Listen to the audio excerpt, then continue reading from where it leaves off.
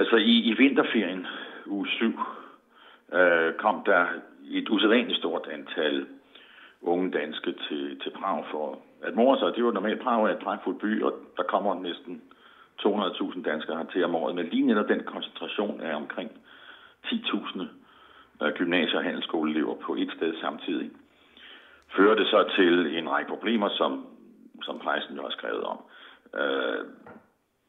Der var klart nogen, som ikke kunne håndtere den billige alkohol, og som kom ud i forskellige problemer med slagsmål med politiet og interne knivstikkerier, ødelæggelse af hotelværelser og den slags ting. Det var selvfølgelig ikke alle 10.000, det er klart, men det var dog alligevel et ganske stort antal unge mennesker, som ikke opførte sig særlig godt, må vi sige. Již po prvním dnu, kdy přijeli mladí lidé do Prahy, jsme řešili ve 2 hotelech zničení majetku v hodnotě, která přesáhla více než 100 000 korun, kdy skupinky převážně kolem 30 až 50 osob poničily kompletně veškeré vybavení. Jednalo se o poškození pisoárů, dále vnitřního zařízení, ale také dokonce použili hasící přístroje přímo v pokojích a na chodbách hotelu. Dokonce jsme zaznamenali jeden případ, kdy došlo k vajíčkové válce mezi studenty a také tímto způsobem došlo k poničení fasády a celková škoda byla vyčíslena na více než 100 000 korun. Tyto problémy jsme řešili každý den a to nejenom za bílého dne, ale především v noci. Alt det, der har været i medierne, er ikke rigtig noget, som jeg har oplevet noget til. Altså, jeg så faktisk Prag som et meget trygt sted at være, meget tryggere end jeg synes, jeg er mange steder i København for eksempel. Så det med, at det er blevet så stort i medierne, det kom faktisk rigtig meget bag på mig, fordi det var en meget fredelig tur. Jeg har hørt om nogen, der har smadret nogle værelser, lavet larm og ballade og knivstikkeri og slagsmål. Men det er formodentlig en lille mindretal af alle de unge, der har været afsted. Så derfor er det også urimeligt at stemple en hel generation. Někteří mladí dánové tvrdí, že se naopak v Praze chovali v pohodě, míru milovně, nemůže jít například jenom o mediální dezinformaci? V žádném případě již od prvního dne, kdy dánové přijeli do Prahy, jsme začali řešit desítky problémů. A to opravdu nejen na ulicích, ale i v hotelech. Jednalo se o velký nárůst, který my nepamatujeme. Nejenom, že poškozovali majetek, dokonce napadali policisty. Několikrát nám zaútočili na policistu, který dokonce musel být ošetřen lékařem a následně musel nastoupit na pracovní neschopnost. Jeg synes, at medieomtalen i forhold til Prag har været meget overdrevet. Som sagt var der et meget snæversynet blik på hele sagen fra starten af, mener jeg personligt. Og jeg tror, det handler om også at inddrage de unge stemmer i debatten og få et mere varieret syn på hele sagen. Altså, jeg synes, det er okay, at man gør opmærksom på, at der har været nogle problemer. Også at gøre, altså fordi der er måske nogen, der ikke tænker så meget over, hvilke konsekvenser det egentlig har, når de går amok på grund af alkohol, blandt andet.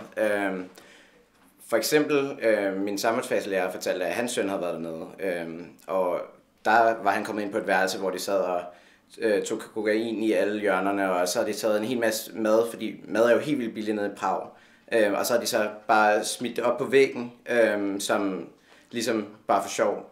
Så havde de ligesom dekoreret hele væggen med mad, og de havde fået en trampolin op på et værelse, hvor de så havde hoppet hen på trampolinen og ind i en væg. Og så skulle de så se, hvem der kunne hoppe hårdest ind i væggen, hvor det så var ind med, at de var hoppet igennem væggen. Når vi bliver fulde og drikker, så er der en effekt, som bliver rimelig fatal for os, som altid er til stede i vores liv, nemlig at vi altid er alt for optimistiske omkring konsekvenserne. Det bliver aldrig mig, der sker noget for. Det er sådan en måde, hjernen simpelthen fungerer på den måde, den samler information, så har den med systematisk at undervurdere risici, særligt når det kommer til ens selv. Især blandt de unge, men også blandt voksne for den her skyld, så er alkohol en måde at signalere, altså det at man drikker, det er en måde at signalere, at man vil fællesskabet. Man vil festen, og man vil have det sjovt, og man vil skabe nogle anderledes rammer for at have det sjovt. Og hvis man så ikke drikker, så er det også ensbetydende med, at man vælger fællesskabet fra. Og det får jo så nogle konsekvenser i forhold til, at man så ødelægger den gode stemning. Det er meget det der med, at man bliver gearet af, at alle er så opstemte på det her, og nu skal vi ned og bare have det vildt. Og måske endda frygten for, at det ikke bliver vildt, når nu man har betalt så meget for det, at man tænker, nå, men så må vi jo gå helt amok, for at være sikre på, at det her det bliver noget mindeværdigt. Så på den måde kan jeg godt forstå det, men jeg synes ikke, jeg kan acceptere det. Jeg synes helt klart, at de unge, der tager det ned, de skal stå til ansvar for det selv, ikke? Altså, jeg synes, det er svært, men umiddelbart vil jeg sige, at nu er det jo sådan, altså 18-årige og måske nogle 17-årige, men stadigvæk er det jo også voksne mennesker som sådan, så jeg synes, at det er da ens eget ansvar, hvis man går ud og smadrer et hotelværelse og sådan noget. Altså jeg synes ikke, at man kan lægge ansvaret på, jo, måske også forældrene, men det kan du jo sige med alt nærmest, altså at det er din opdragelse, men jeg tror bare, jeg synes, det er personen selv. Det er vildt irriterende, at det er, jeg ved ikke, hvor mange mennesker, 100 mennesker ud af de her 5, hvor mange er det, var der med? 12.000, der har opført sig helt vildt åndssvagt, og det går ud over alle andre. Pragturen er jo en billigere udgave af skiferien i virkeligheden, og man tager ned for at have en fest. Og om det så indebærer druk, det er jo forskelligt fra person til person. Vi planlagde en tur, hvor der ville være bytur som en del af turen, men hvor hele turen ikke handlede om druk. Når du kiggede der omkring, så vrimlede det med dansk over det hele. Altså dem jeg mødte, dem jeg snakkede med, de snakker alle sammen dansk. Og så glem lidt, at der også er en anden befolkning, som rent faktisk bor her hele tiden. Men ikke desto mindre, så sætter det fokus på en begivenhed, og det er jo rimelig nok at diskutere, om det er meningsfuldt for forældre at sende deres unge afsted en uge til Prag, når formålet langt hen ad vejen bliver markedsført, som nu skal vi ned og drikke. De forældre bliver nødt til, de kan ikke bare læne sig op af, at det bliver markedsført som noget, der er okay. De må selv gå ind og undersøge det, og de må tage ansvar for deres egne unges rejser. Det, der er med unge mennesker, og i aldersgruppen mellem 15 og særligt 25, det er jo simpelthen, at der drikker man i forbindelse med de vigtigste ting i livet på det tidspunkt, nemlig sex.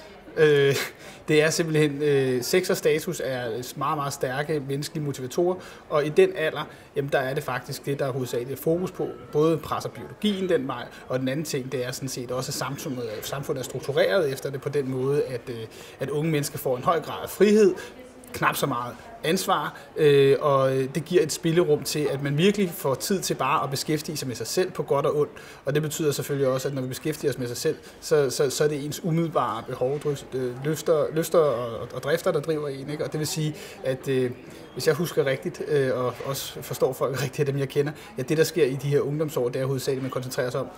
Hvornår kan man komme til den næste fest? Er der nogle søde piger? Er der nogle søde fyre? Og hvordan står jeg i min sociale gruppe? Hvad synes andre mennesker om mig?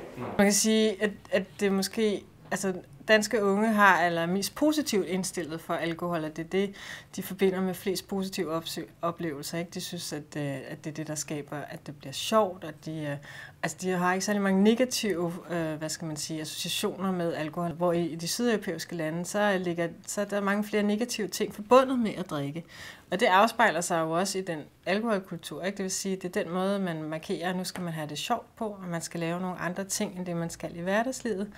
Og derfor så er det sådan ligesom en ring, der sådan forbindes, ikke? At så oplever man også nogle anderledes ting, og man får det sjovt, ikke? Men der er også nogle negative konsekvenser, men de konsekvenser bliver sjældent italesat, og det er meget tabuiseret, fordi man ligesom skal lære at drikke på den her kontrollerede måde.